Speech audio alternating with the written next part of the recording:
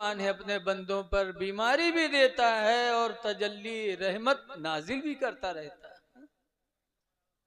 इसलिए लोगों, मुसलमान बन के जियो। आज हम और आप यहाँ बैठे हैं, कोई खड़ा है, कोई बैठा है, कोई बात कर रहा है, लेकिन यकीन जानो हमारा ये सब काम अल्लाह अल्लाह का रसूल देख रहे। 11वें पारे की आयत अल्लाह फरमाता है सयर अल्लाहु अमलकुम व रसूलुहु, अल्लाह तुम्हारे अमल को देखता है और उसका रसूल देखता है। अल्लाह भी देखता, अल्लाह का रसूल देखता है। लेकिन हमरे तुमरे में यहाँ कुछ बैलहा है, बैलहा वो कहते हैं अल्लाह देखा थे रसूल नहीं देखा।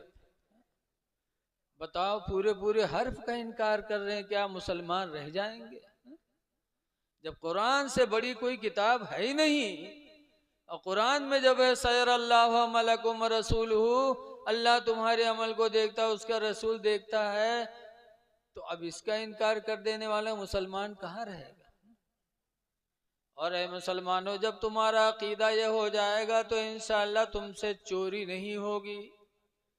अगर मुसलमान का अकीदा बन जाए कि अल्लाह देखता, अल्लाह के रसूल हमारे अमल को देखता है, तो चोरी के वक्त अगर सोच ले तो चोरी नहीं करेगा। ज़िना करने वाला ज़िना के वक्त बंद घर में सोच ले कि घर तो बंद है, दुनिया वाले नहीं देख रहे, लेकिन खुदा देख रहा, खुदा का रसूल देख रहा है, तो इंसान ज़िना से भी बच सकता है। अकीदा रखो तो इंशाअल्लाह गुनाहों से बचोगे। लेकिन आज अफसोस है, हवाला हजरत इमाम अहले सुन्नत क्या कहते हैं?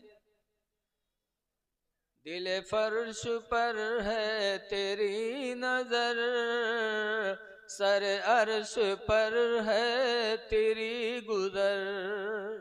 या रसूल अल्लाह, दिल फर्श पर है तेरी नजर, सर अर्श पर है तेरी गुजर, और मलको तो मुल्क में कोई शय नहीं,